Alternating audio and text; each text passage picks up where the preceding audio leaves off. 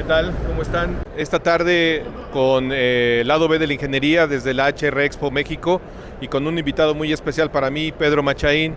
Pedro es un ingeniero muy importante en mi carrera y quise invitarlo. Mucha experiencia, no se pierdan esta plática que tenemos para ustedes.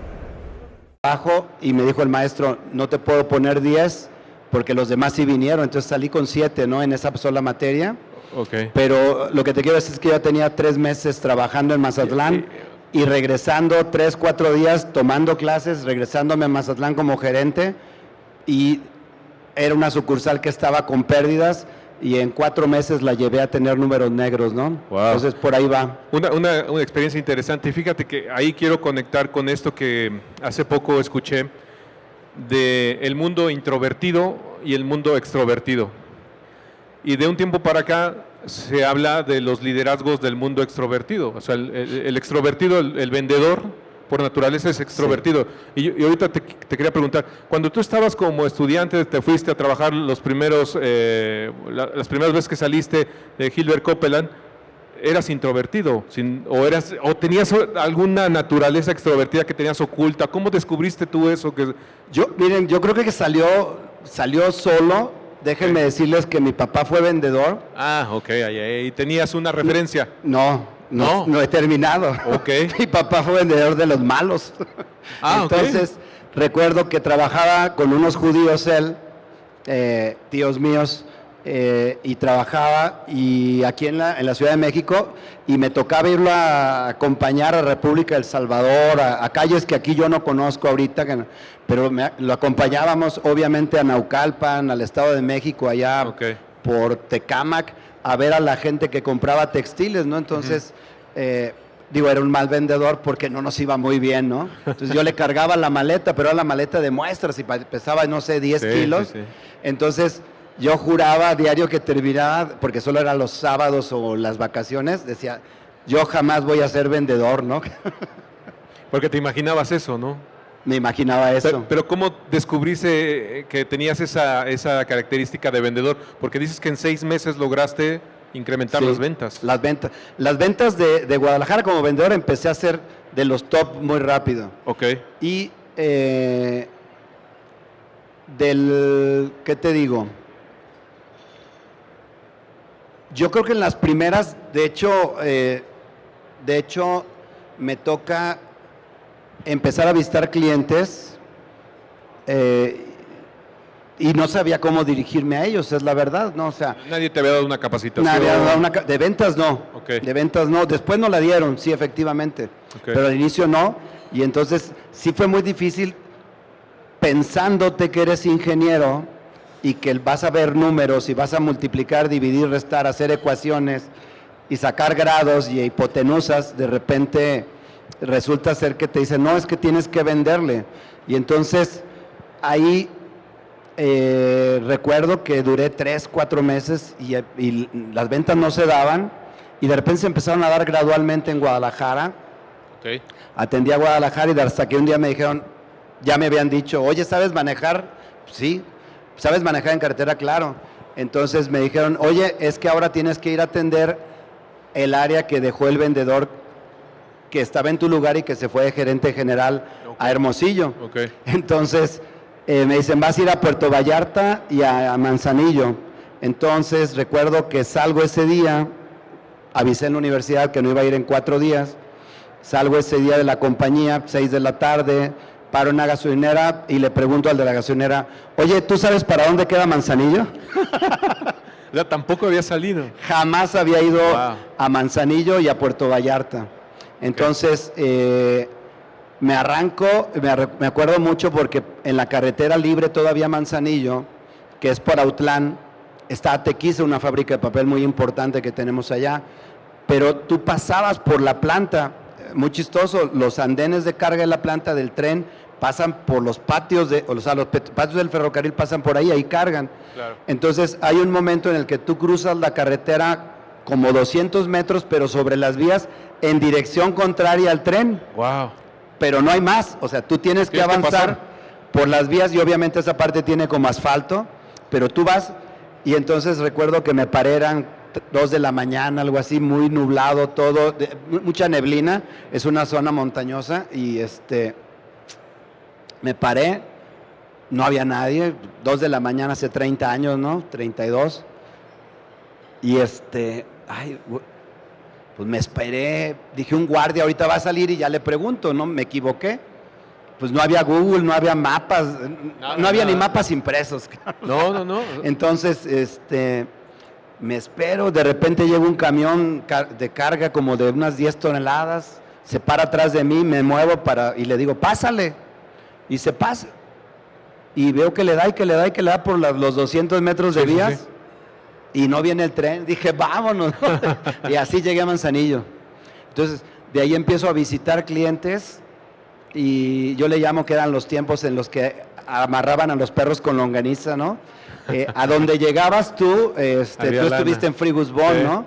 Bueno, yo estaba en Gilbert Copeland, que después fue Frigus, y me tocó Frigus todavía, y éramos también valorados antes a los ingenieros, hoy no, que de veras llegabas como representante, ingeniero de servicio, ingeniero de aplicación de Copeland, o de Gilbert Copeland, y en los hoteles te decían, ¿a dónde te vas a quedar? Y estamos hablando que te preguntaba el del Camino Real o el del Fiesta Americana, ¿no? Ok.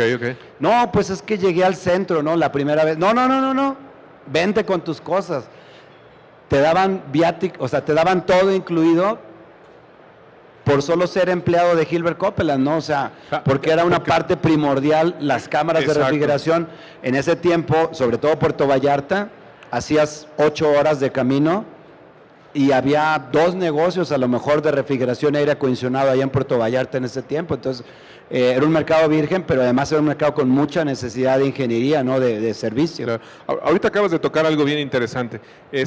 Ya no está valorado el ingeniero y eso es una preocupación. La otra que me salta aquí es un poco por cómo surge este podcast, de la necesidad o del interés de poder invitar a más jóvenes, a más técnicos a brincar a la ingeniería, porque la verdad es que es una carrera bien interesante porque te da mucha versatilidad, ¿no? Creo que es al final del día un poco el éxito de que puedes brincar a ser vendedor porque tienes ciertas características, tienes una mente mucho más sistematizada. No es que esté hablando solamente del ingeniero así porque sí, sino porque tenemos esa facilidad de crear esas estructuras. Y entonces, ¿te parece que eso se ha perdido, se está perdiendo, Pedro? Esta habilidad de los ingenieros, esta responsabilidad como ingeniero, o qué nos está haciendo falta a los chavos, a los que ya no estamos tan chavos. ¿Qué es lo que te parece que en retrospectiva tú pudieras decir, ¿sabes qué onda? Si en ese momento yo hubiera tenido este tipo de apoyos, creo que hubiéramos... No sé. No, es que, bueno, primero, yo creo que sí se ha demeritado. Yo soy ingeniero industrial, entonces me la vi fácil, ¿no? O sea, no soy mecánico, no soy civil, entonces sí escogí la ingeniería industrial porque era realmente de muchas ramas, algo multidisciplinario. Multidisciplinario, ¿no? Y sigue siendo, entonces realmente yo todavía no sabía qué quería hacer, o sea, qué ramo dedicarme, entonces busqué algo que se pudiera adaptar, ¿no? Alguna gerencia de producción, alguna cosa así, entonces tener más bases administrativas. Bien, en estos tiempos conozco a mucha gente con mucha capacidad, mucha todavía que nos sigue apoyando y que me sigue apoyando, no solo dentro de la compañía, también proveedores, o inclusive contratistas, y siento que posiblemente se ha abierto tanto el mercado, ha habido tantas malas experiencias o malas aplicaciones, creo yo. Mira, creo que una gran parte de los errores de cualquier producto es que le falta un ingeniero de aplicación en el proceso, ¿no? O sea, haces un equipo, puede ser el mejor equipo del mundo, el Ferrari, pero pues le avientas una tonelada de arena al Ferrari para que la jale cuando tienes una Nissan que te cuesta 100 veces menos, va a ser lo mismo y puedes comprar 100 Nissanes, ¿no? Entonces, es una comparativa muy burda. No, pero está claro, es muy real, ¿no? Pero si no tienes los fundamentos de proceso, los fundamentos de aplicación, si no conoces los límites de un compresor, los límites de un intercambiador, estás destinado al fracaso o a hacer 10 pruebas y a la 11ª decir, ya sé que está fallando, ¿no? Claro. Soy yo. Y eso sin duda te lo fue dando también la experiencia, los años con Claro. porque ahora quiero brincarme un poquito a la parte de Cochillers, porque Cochillers seguramente en tu mente la empezaste a maquilar a partir de esas experiencias y esas necesidades que viste en el mercado, ¿no? Y que quizá, yo me imagino, encontraste una oportunidad en aquel momento. ¿Cómo fue esto desde cuando tú empezaste a crear Cochillers, tu equipo, tu experiencia? ¿Ya cuántos años de experiencia llevabas ahí cuando creaste Cochillers? ¿Muy rápido? Muy buena pregunta. Yo inicio con Gilbert Copeland cambia a Frigus, sigo con Frigus y me mandan a Mazatlán, de Mazatlán me mandan a México, me iba extremadamente bien. Yo siento que era de los empleados mejor pagados de todo Frigus ahora. Okay. Y pensé que no me merecían, ¿no? Entonces okay. Dije, si yo les genero esto, porque a mí me pagaban por el margen de utilidad bruta que yo generaba por mes. Okay. O sea, tenía un sueldito decente, pero mi bono mensual era el porcentaje de utilidad que yo le generaba a Gilbert Copeland en esa división. Bueno, era tanto que perdí piso.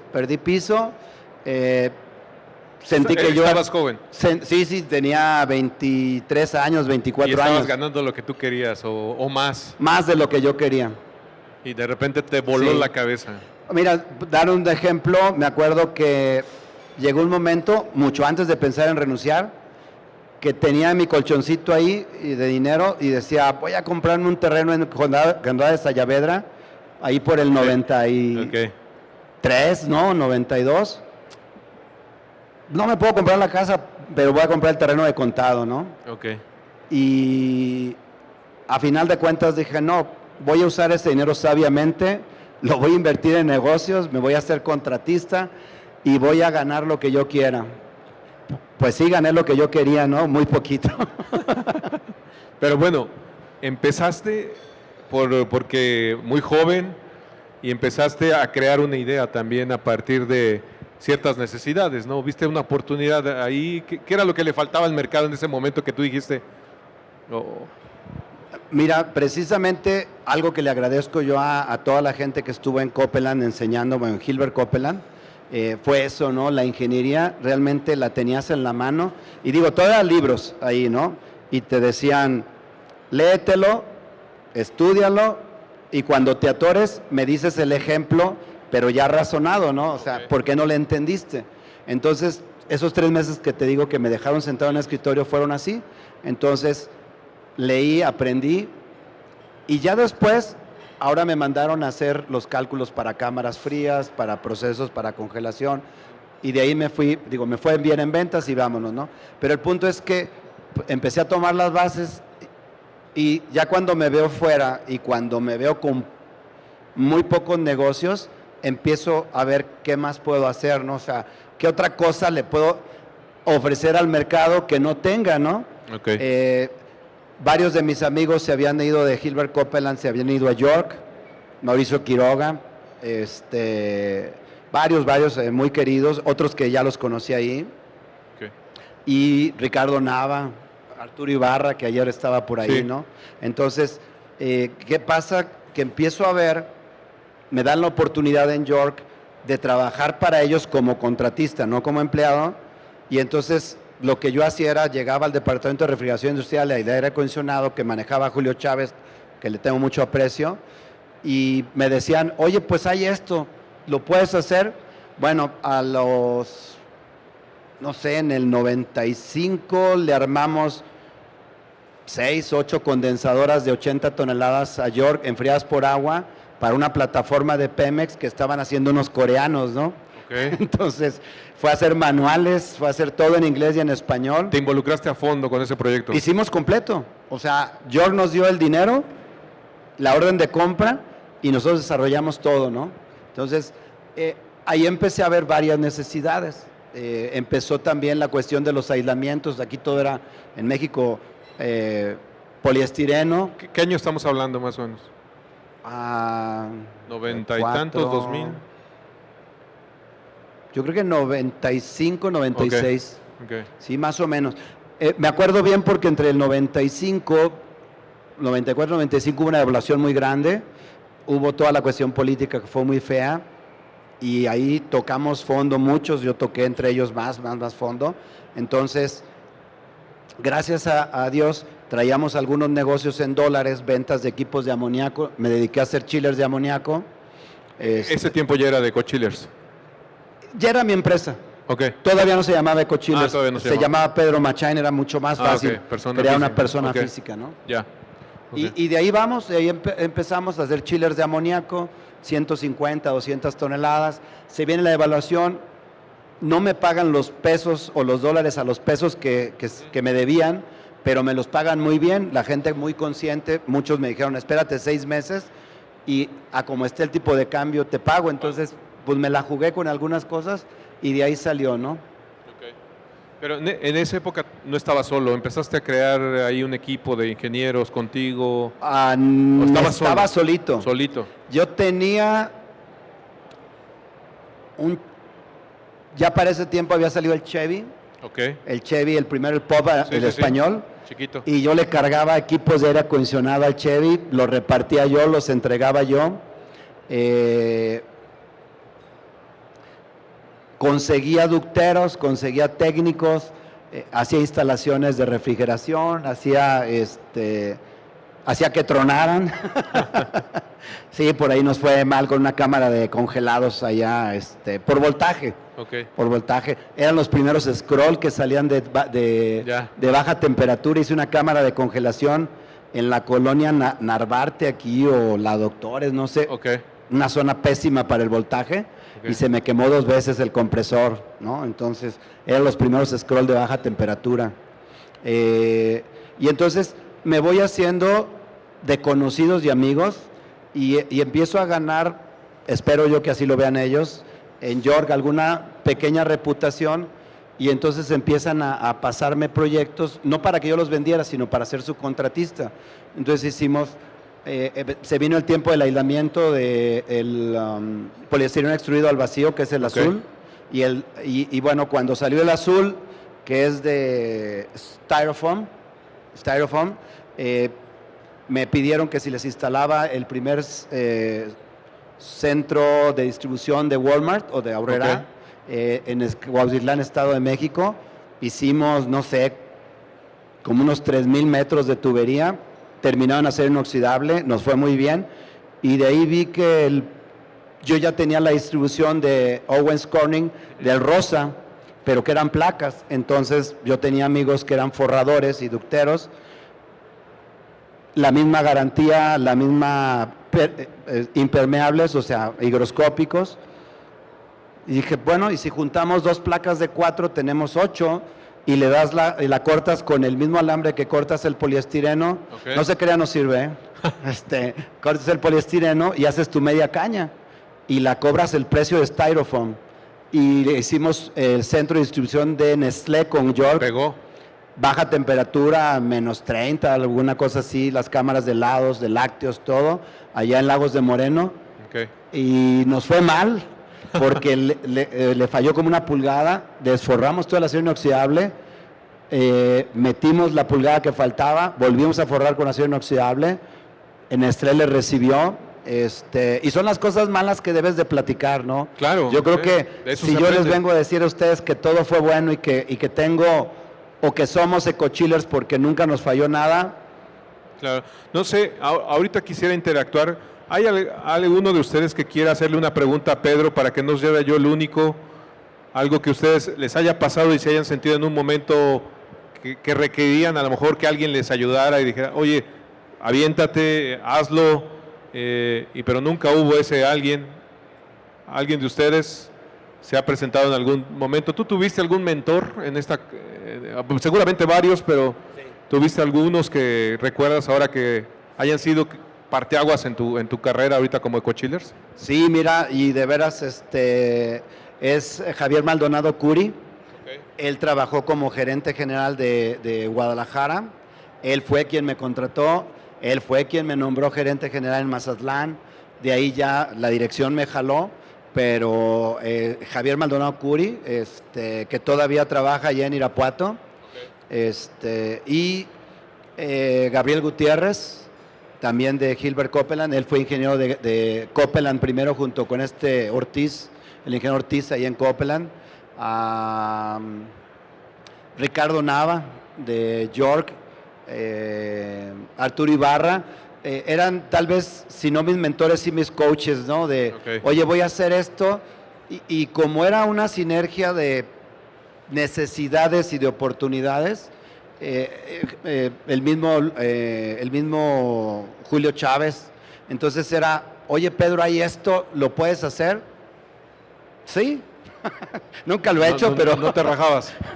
No. Y ahora, ¿te parece que eso fue lo que hizo grande Coachillers, esas decisiones? Sí. ¿O cómo piensas que ahora estas generaciones, digo, no quisiera llegar a ese punto de las generaciones, pero estando contigo, me parece que hay experiencia como para poder decir, bueno, tú tienes ingenieros muy jóvenes ahora en Coachillers. Sí. ¿Cómo son estas generaciones con las que trabajas ahora versus estos mentores, estos coaches que tú tenías? Sí. Y ¿cómo les alimentas de esa energía que tú tienes día con día? Es difícil, yo creo que para la gente joven que me está escuchando a través de tu programa, es difícil porque primero la interacción ya es diferente, ¿no?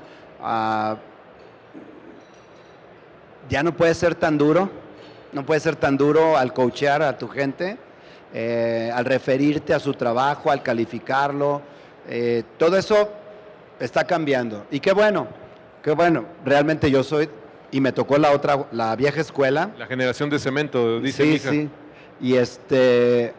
y me preparó para la frustración. Les acabo de decir como de 3 trabajos que me salieron mal, pero que los terminé, ¿no? Y no les he platicado uno de como de 100 millones de pesos. Y fue en 2005, ¿Perdiste 100 millones de pesos? No gané 20. Wow. Pero el punto es que aprendí mucho. Y no nos falló, nos fallaron, okay. Aprendimos mucho. Pero entonces te creó un nivel un umbral de... Sí, lo que pasa es que cuando es tu dinero, realmente sí le metes y te desgastas y truenas. O sea, a mí me ha tocado dormir en el suelo varias veces, no una, varias veces. Yo creo que la última vez que dormí en el suelo viendo un equipo y probando un equipo, yo creo que fue hace unos 4 meses, okay. Pero la última vez que fui a ver un equipo, no dejé de dormir, fue ahora en Phoenix, 2 chillers de 200 toneladas, que están por ahí en las redes en LinkedIn, a 50 grados centígrados, ¿no? Entonces no sé qué sea peor, si dormir o no, o no poder estar ahí, ¿no? Pero fíjate, es buen punto. Conozco a muchísimos ingenieros hoy, jóvenes, con una capacidad tremenda, y que lo que nos toca a nosotros hacer es irlos guiando, foguearlos, y la verdad es que el fogueo se aprende a base de no sé en estos tiempos, ¿no? Pero yo creo que esa prueba y ensayo, y creo que para tener un éxito debes tener 10 fracasos, ¿no? Uh-huh.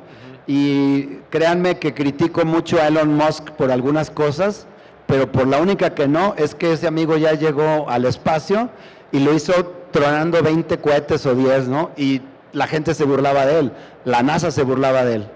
Sí, bueno, Elon Musk a lo mejor es un mal ejemplo, ¿no? Porque el tipo hace cosas que nadie se espera. Pero... ¿Quieres verme? Sí.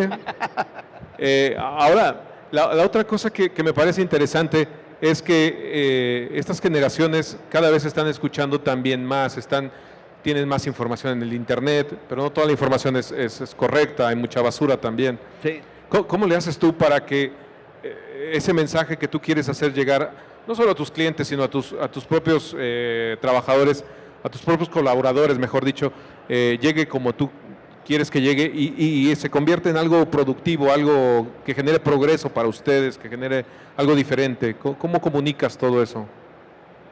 Bueno, te voy a platicar dos aspectos del negocio que a lo mejor no muchos conocen, ¿no? Salvo gente como tú que nos ha visitado varias veces, sí, y otros fabricantes. Lo primero es que en EcoChillers nadie en el departamento de ventas tiene sueldo. Nadie tiene Tenemos sueldo. 18 vendedores, nadie tiene sueldo. Yo esto lo aprendí de otra compañía muy exitosa y nadie tiene sueldo. Y creo que al menos 6 de mis vendedores, de mis compañeros, al menos 4 han de ganar más que el promedio de toda la industria aquí a nivel ejecutivo. Wow. Entonces, esa es una. Y ganan por la utilidad. Te acabo de comentar que a mí me pagaban por la utilidad. Ellos ganan por la utilidad. Ellos no ganan por el volumen de ventas, no tienen premios de al mejor vendedor. Lo que hacemos es la utilidad bruta menos todo, menos las garantías, menos todo, y se llevan una buena parte de eso, ¿no? Y déjenme decirles que esto, digo, Pedro no lo ha dicho, pero yo sí se los puedo constatarlo. La mayoría de la gente que, yo llevo ya varios años conociendo a Pedro, la mayoría de la gente que hace años ha trabajado con Pedro, sigue trabajando con Pedro. O sea, tampoco es un tema de salarial, sino has creado emociones también dentro de tu equipo importantes, ¿no? Porque yo los veo muy motivados, están aquí, de repente estás en la Expo en Estados Unidos, de repente te vas a Centroamérica, Sudamérica, viajas del otro lado del continente también. O sea, hubo un tour o un programa de exhibiciones que tuviste por varios países. Sí. Recuerdo que no parabas, estabas ahí. Nos fuimos 2 veces a Dubái. A Dubái. Compramos 2 camellos.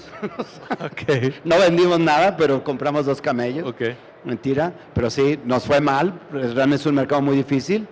¿Pero por qué lo hiciste? O sea, porque dijiste, ¿hay negocio, está creciendo esa zona? ¿O cuál fue la motivación? Mira, siempre te lo he dicho, ¿no? Para sacarle hay que meterle. Así es. Entonces... Esa es tu frase. Esa es mi frase, ¿no? Y bueno, lo hicimos porque tenía amigos en York que trabajando aquí y que yo los había visto crecer, se van a Europa, a la división de York en Londres, y me dicen, oye Pedro, aquí siguen amarrando los perros con longaniza. Entonces nos fuimos a vender, por ahí me tocó vender un centro de datos de Google en Bélgica, hace 20 años, una cosa así, menos 15, y bueno, siempre ha sido esa inquietud. Y comentándote la parte también de cómo es formando a la gente se forma igual. Dos anécdotas rápidas. La gente se forma igual que siempre en la compañía.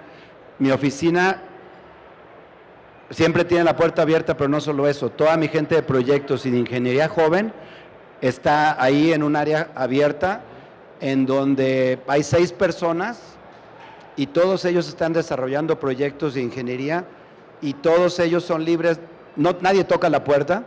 No hay, o sea, la puerta la podrías quitar, no trabajo a puerta cerrada nunca. Y así es como hemos trabajado con los vendedores, con los ingenieros, con todo. O sea, vas haciendo. Es muy difícil. A mí me da mucho gusto, aunque cuando los veo aquí en la feria de repente, me hierve, pero mucha gente de EcoChillers está trabajando hoy en la industria, ¿no? Y digo, formador a tu empresa. Sí, o sea, a final de cuentas, algo estamos haciendo bien en EcoChillers, que inmediatamente que salen de EcoChillers ya tienen trabajo, ¿no? En la industria. Entonces, creo que algo estamos haciendo bien. Digo, te has vuelto un punto de referencia. Sí. Y bueno, un poco para cerrar, Pedro, ¿cómo se ve Pedro ahora de aquí en adelante? Ya tienes una empresa muy importante.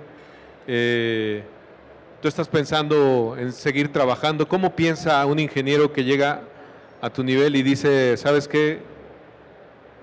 Es tiempo de irme de vacaciones y hay que se quede de todo, vendo la empresa, me retiro. ¿Cómo te visualizas en este tiempo?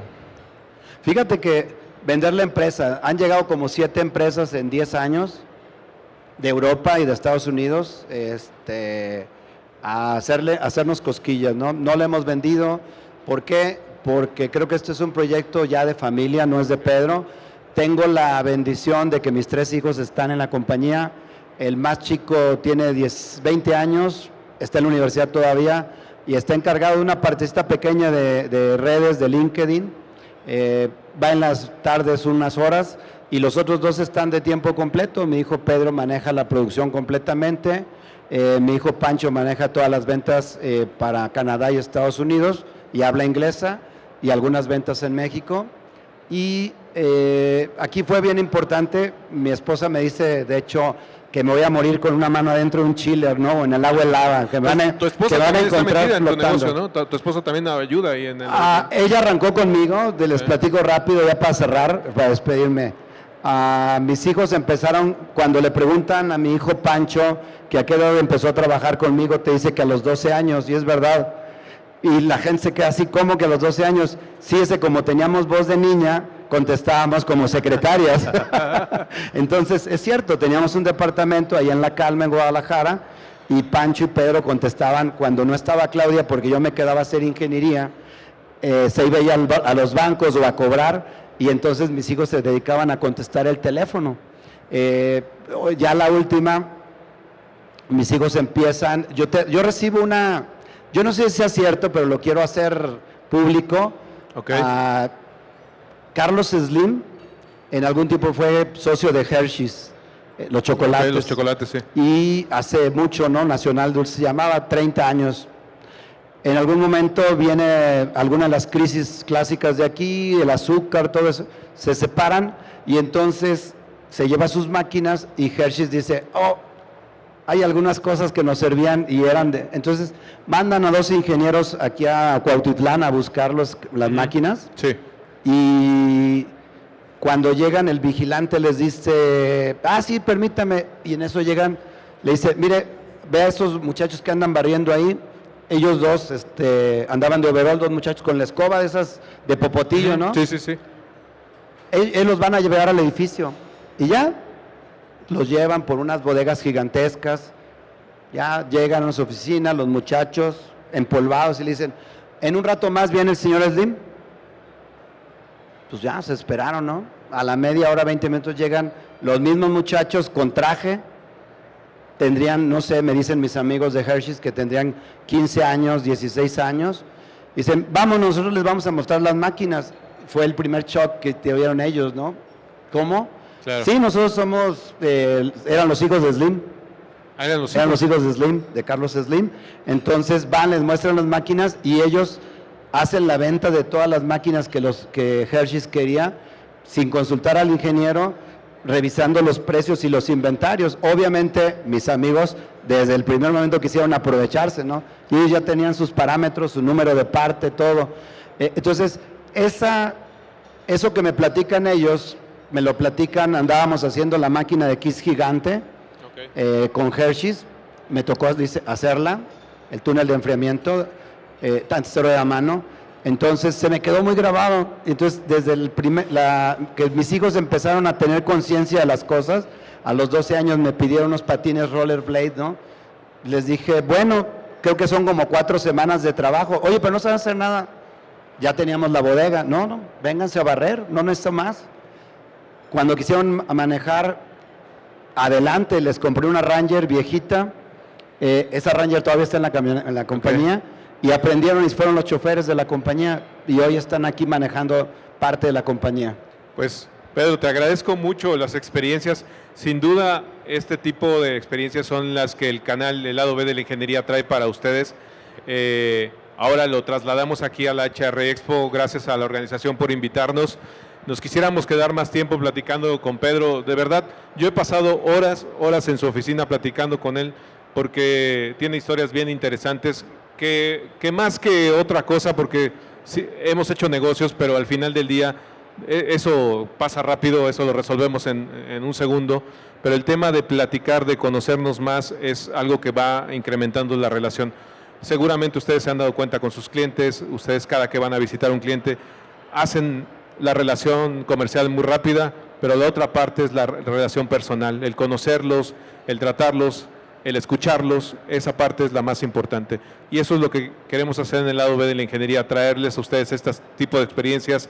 Pedro, nuevamente muchas gracias por tu tiempo. Yo sé que tienes una agenda muy apretada, pero nos regaló estos 45 minutos para ustedes. Gracias a todos por este tiempo. Gracias, al contrario, ya para cerrar, si eres un excelente ingeniero o un excelente arquitecto o un buen pintor, pero no te sabes vender, nunca vas a vender. Venga, por esa. Gracias.